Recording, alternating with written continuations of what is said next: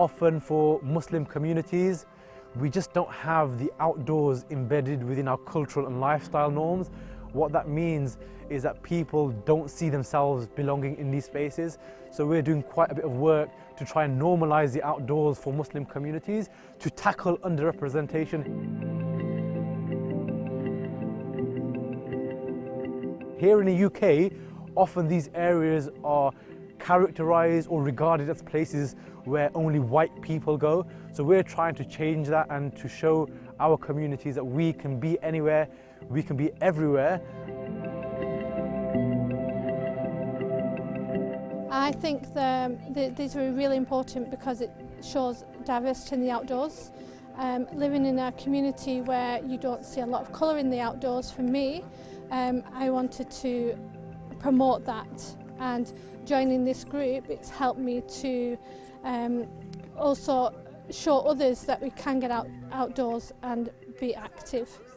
I think it's important because as someone who's been in the mountains for 25 years, you don't tend to see many people who don't look like me. And the mountains and the countryside is for everyone who lives in this country.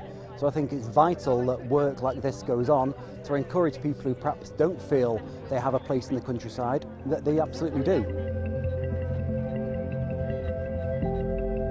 It's a nice way to be outside and be like removed from your day-to-day world, so you can just enjoy the outside. But I've also found that it's a nice way to just reflect on Allah's creation and be able to kind of enjoy the nature. I mean, you've got the birds behind us. That's not something that we get a lot in London.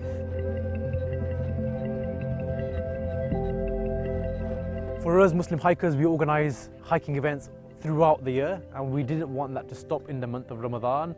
Often people associate the month of Ramadan purely as a time to worship, to pray, to fast, and perhaps sometimes they forget and neglect their hobbies and the things that they enjoy doing. Ramadan doesn't mean you have to stop your lives entirely. You know, carry on working, carry on having fun, carry on doing the things that make us happy and healthy.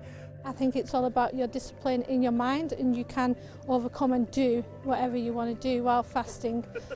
It's just about having that mindset. I've decided to fast as well in empathy with all the Muslim brothers and sisters who are here today, and so far so good, but I could do with a drink. When we set up Muslim hikers, we received an overwhelming amount of appreciation, not just here in the UK but globally. And sometimes, of course, there's always a small minority of people that, for whatever reason, they dislike our work, they try to discourage us, they even go as far as spreading hate, racial comments and abuse, they target us. A lot of racist abuse online, and even very recently we just announced a campaign with Adidas and the online retailer Wiggle, showcasing new prayer mats, outdoor prayer mats that were designed by Muslim hikers, and also prayer signs that were pointing to Mecca here in the countryside.